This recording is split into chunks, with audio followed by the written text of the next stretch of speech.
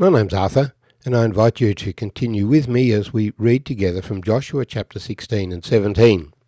These chapters outline the territory in Israel that has been granted as an inheritance to the Israelites. Because the Israelite people continue to exist, they continue to have a claim to this territory.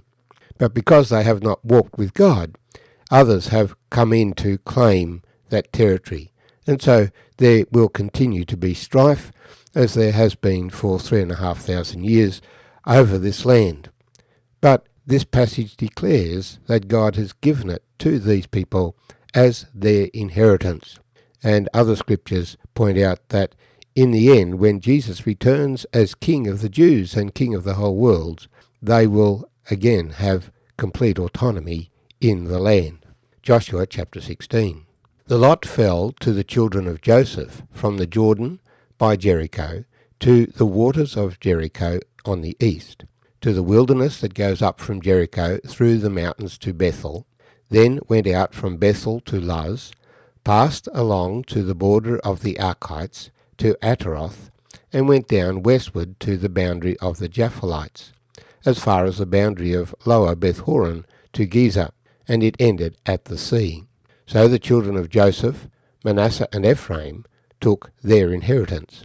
The border for the children of Ephraim according to their families was thus. The border of their inheritance on the east side was Ataroth Adar, as far as Upper Beth-horon, and the border went out toward the sea on the north side of Michmethah. Then the border went around eastward to Tarnath Shiloh, and passed by it on the east of Janohah.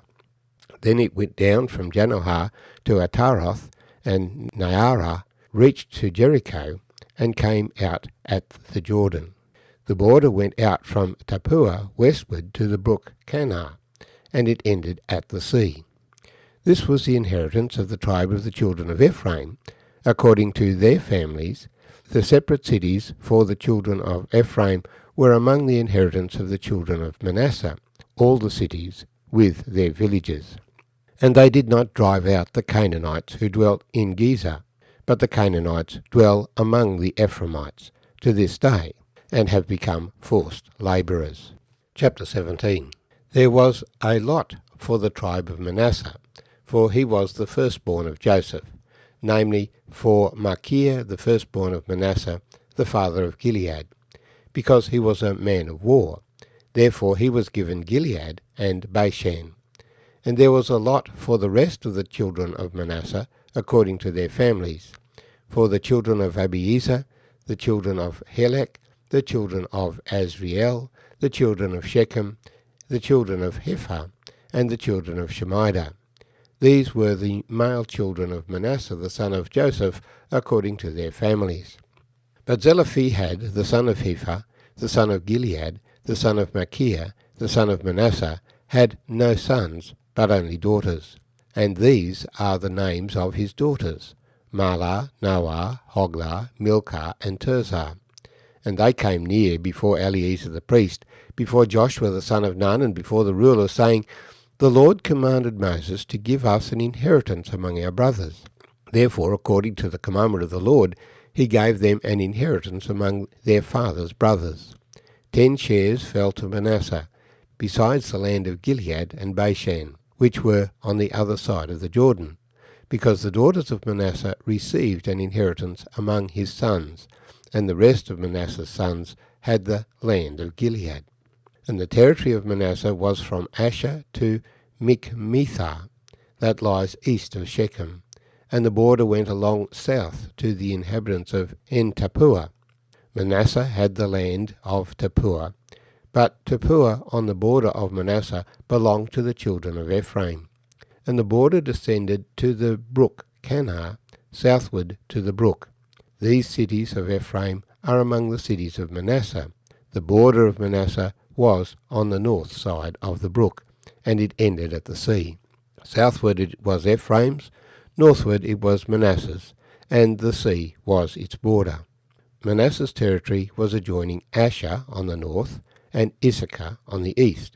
And in Issachar and in Asher, Manasseh had Beth-shean and its towns, Iblaim and its towns, the inhabitants of Dor and its towns, the inhabitants of Endor and its towns, the inhabitants of Tanakh and its towns, and the inhabitants of Megiddo and its towns, 3 hilly regions. Yet the children of Manasseh could not drive out the inhabitants of those cities, but the Canaanites were determined to dwell in that land. And it happened, when the children of Israel grew strong, that they put the Canaanites to forced labour, but did not utterly drive them out.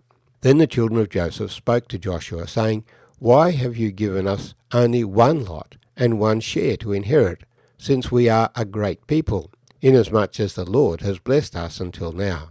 So Joshua answered them, If you are a great people, then go up to the forest country and clear a place for yourself there in the land of the Perizzites and the giants, since the mountains of Ephraim are too confined for you. But the children of Joseph said, The mountain country is not enough for us, and all the Canaanites who dwell in the land of the valley have chariots of iron, both those who are of Bethshean and its towns, and those who are of the valley of Jezreel. And Joshua answered to the house of Joseph, to Ephraim and Manasseh, saying, You are a great people, and have great power. You shall not have only one lot, but the mountain country shall be yours. Although it is wooded, you shall cut it down, and its farthest extent shall be yours, for you shall drive out the Canaanites, though they have iron chariots and are strong. My name's Arthur, and I thank you for joining me as we review this allocation of territory. When we know the later history, we find that the nation of Israel split at Jerusalem after the time of King Solomon. King Solomon's son Rehoboam ruled Judah, and Jeroboam took over the control of the northern kingdom north of Jerusalem. In the time of Jesus, this territory of Ephraim was known as Samaritan territory. This split is what is represented in our chapter. In chapter 15, we talked about the territory of Judah, the southern area, and now we're talking about the territory known as Ephraim, but it included Manasseh as well, the sons of Joseph. This also was the area of Joshua himself, for he was from the tribe of Joseph.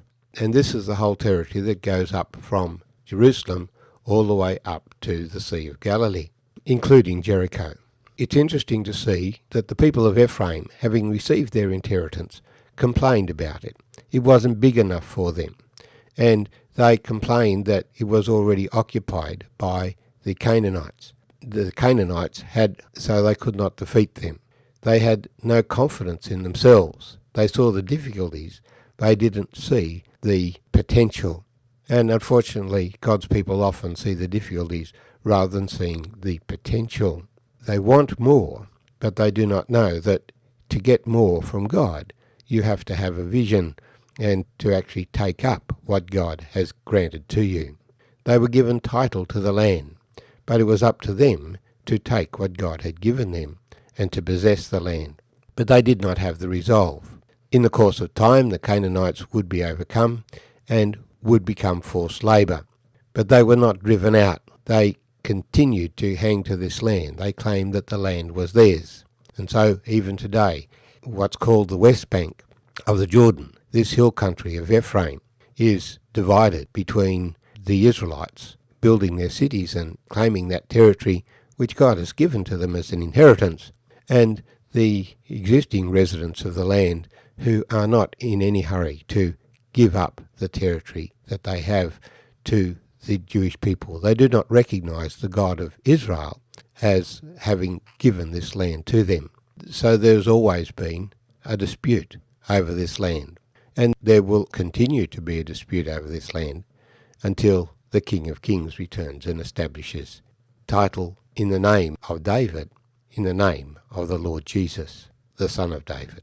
For, as Joshua said, you are a great people and have great power. The mountain country shall be yours. Although it is wooded, you shall cut it down, and its farthest extent shall be yours. For you shall drive out the Canaanites, even though they have iron chariots and are strong.